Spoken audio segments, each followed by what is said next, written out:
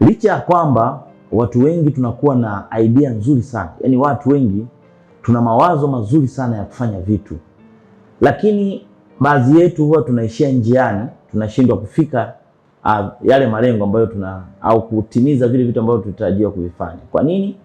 Kwa sababu akili yetu inakuwa haina ile nguvu ya kuweza kubeba hilo jambo ambalo tunataka vitu tunavyotakiwa kuvifanya ili tuweze kufikia kitu ambacho tulitarajia kukipata.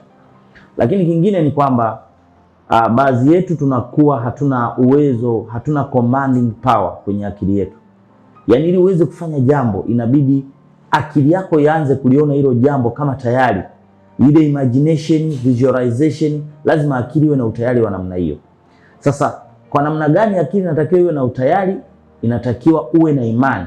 You be able to believe, uwe na faith au imani ili uweze kufanya kile kitu ambacho unataka kukifanya. Sasa imani huwa inajengwa vipi?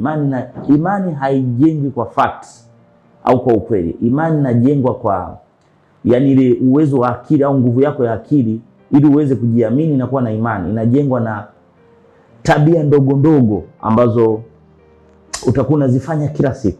Maneno unayoyatamkia, watu unaohusiana nao, mipango ambayo unaifanya, jinsi unavyopasivu, unavyochukulia mabadiliko katika maisha yako.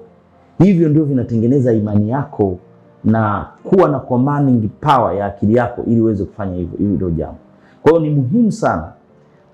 Licha ya kwamba unaweza kuwa na ndoto kubwa, hakikisha unaiandaa akili yako iwe na uwezo wa kucommand whatever the challenge, haijalishi changamoto gani utazipitia. Ukiwa na akili ambayo iko stable na ina uwezo wa kucommand kufanya jambo, basi utaweza kufikia hicho kitu ambacho unataka kukifikia.